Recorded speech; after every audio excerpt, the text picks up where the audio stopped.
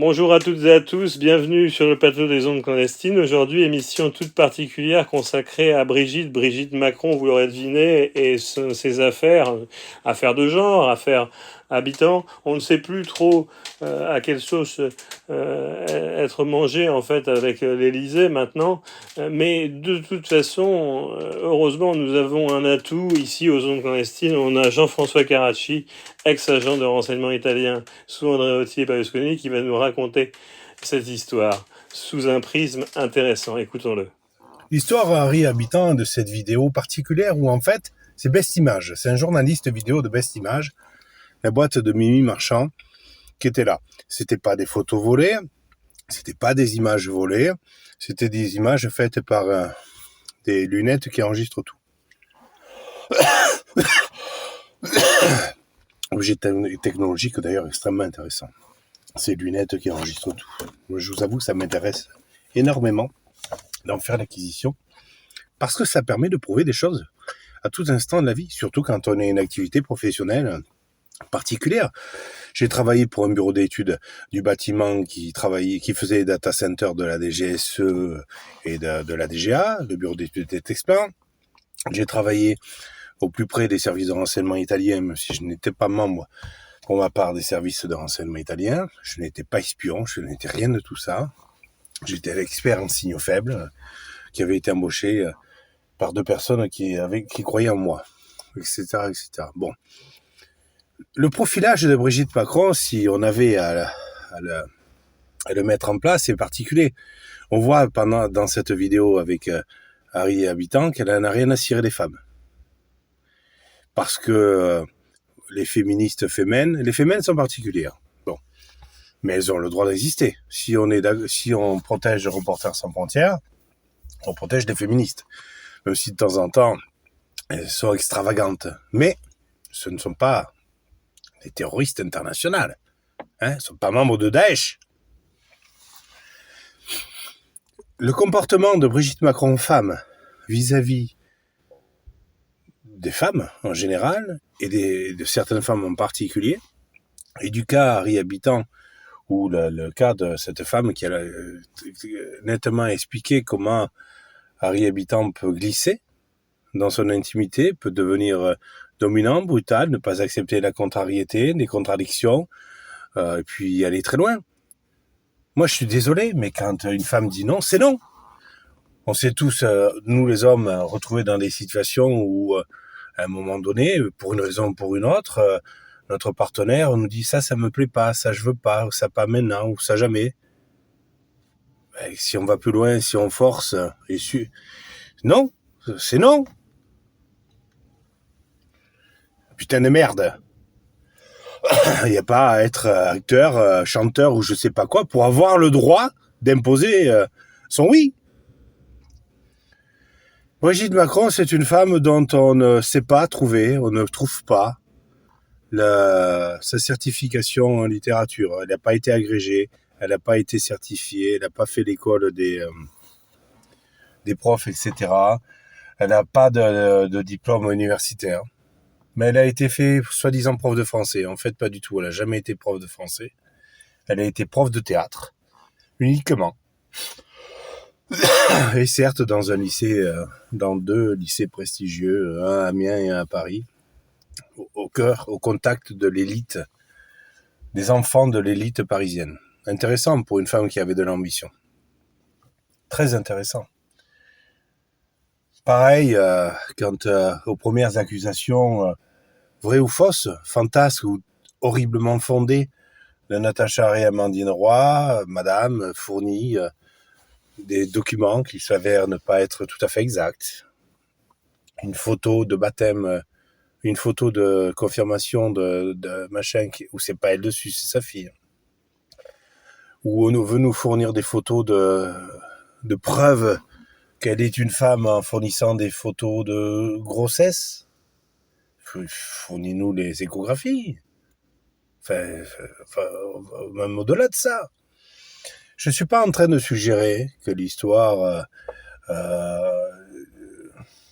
de la différence de sexe de madame est fondée. Je suis en train d'expliquer que dès qu'il s'agit de Brigitte Macron, tout a un goût de violence et de mensonge. Dès qu'il s'agit de Brigitte Macron, surgit des témoins du passé qui n'existent pas, Jean-Michel Trogneux qui un jour est mort, un jour est vivant, un jour n'habite pas à l'adresse indiquée. Brigitte, madame est censée avoir été mariée à un type qui en fait n'existait pas, qui n'a jamais été directeur d'agence bancaire. Putain, quand on est directeur d'agence bancaire, pour en connaître beaucoup, dire qu'on embrasse du monde. Il y a beaucoup de gens qui peuvent témoigner de l'existence de telle ou telle personne. Et là, rien. L'histoire de l'Algérie que Morad El Attab, avec la quête qui est la sienne, qui est née des problèmes qu'il a eu pour ses enfants, un ancien de la DGSI, donc c'est pas censé être un imbécile, et bien fournit énormément d'éléments, dont l'histoire de l'Algérie, où Brigitte était soi-disant en Algérie en 62. Non, c'était Jean-Michel Trogneux qui était en Algérie en 62. Brigitte Macron en 62 avait 14 ans, elle pouvait pas être à la fac d'Alger. La scène de violence, on va dire de chamaillerie dans l'avion, pareil au Vietnam, où on voit une Brigitte malmener le président de la République, peut-être dans une violence relative, peut-être que ce qui a été filmé n'était qu'une chamaillerie d'adolescents, mais la personne dont il est question, Brigitte Macron, est censée avoir 70-75 ans.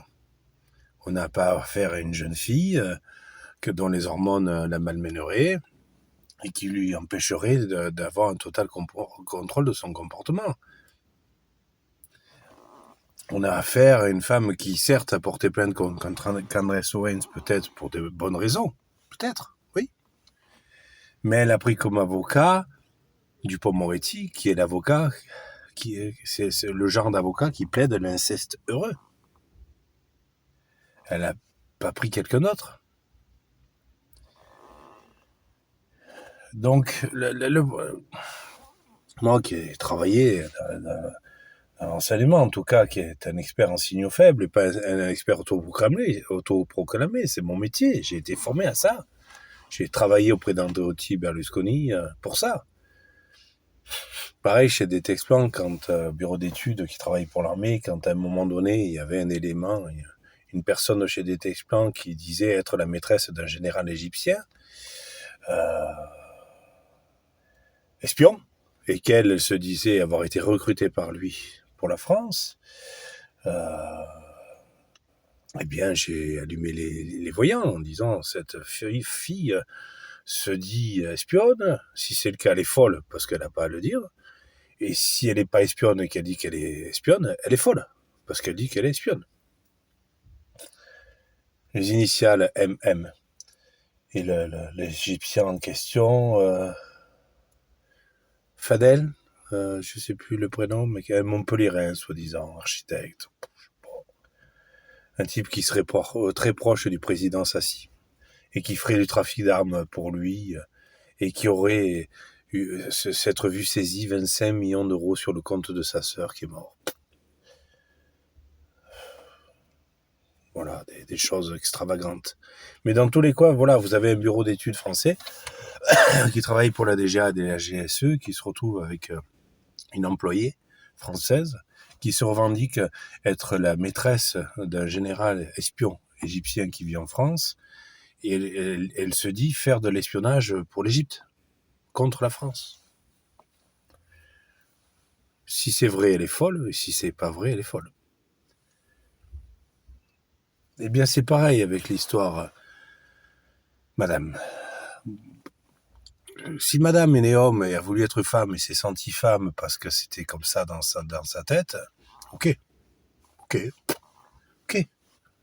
Bon, le problème c'est que ça s'est fait, pareil pour le mariage, à une époque où c'était pas autorisé, puisque c'était avant Hollande. Donc ça pose un petit problème. Et puis l'ensemble de documents, etc., produits à cette époque, d'un coup devient caduque. Mais on va imaginer que cette histoire est fausse, et que Brigitte Macron est née Brigitte Macron, et que l'excentricité, l'extravagance des propos d'Amandine Roy et Natacha Ray, ainsi que Candace Owens, sont vraiment à mettre à la poubelle. Ok.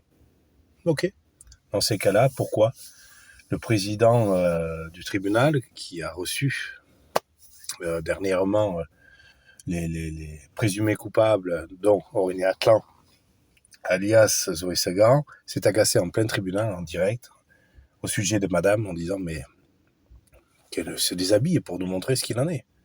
Comment c'est possible qu'un président de tribunal soit agacé au point de dire cette phrase-là ?» Moi, je ne fais que récolter des signaux faibles. C'est tout. Comme je l'ai fait pour ma propre naissance, quand j'ai su de la bouche même d'une princesse du Portugal que mon père baisait ses filles. J'ai dit, tiens, la famille savait. Donc l'idée là, c'est pas de faire un podcast pour avoir des problèmes, ou pour causer des problèmes. C'est un podcast pour dire, voilà, on a une personnalité de premier plan, madame, qui, dont tous les éléments de sa vie, tous les éléments de son caractère, de son parcours, de sa personnalité, sont extrêmement troublants. Voilà. De là à aller en conclure des choses, non, c'est pas la question de ce podcast. La question de ce podcast, c'est se dire, comme en balistique, il y a un point d'origine et un point d'impact. Et quand on fait le trajet entre le point d'origine et le point d'impact, on est surpris, on peut se poser des questions. Et oui, c'est au travers de l'analogie avec la balistique que j'aime beaucoup. Merci Jean-François Carracci en fait de nous l'avoir évoqué, qu'il y a un point d'origine et un point d'impact. Entre-temps, il y a une trajectoire. Et sur cette balistique, eh bien, on a besoin, nous, de reconstituer les éléments, ce que nous essayons de faire dans chaque émission, et ce que nous avons essayé de faire dans cette émission consacrée à Brigitte et aux autres éléments afférents.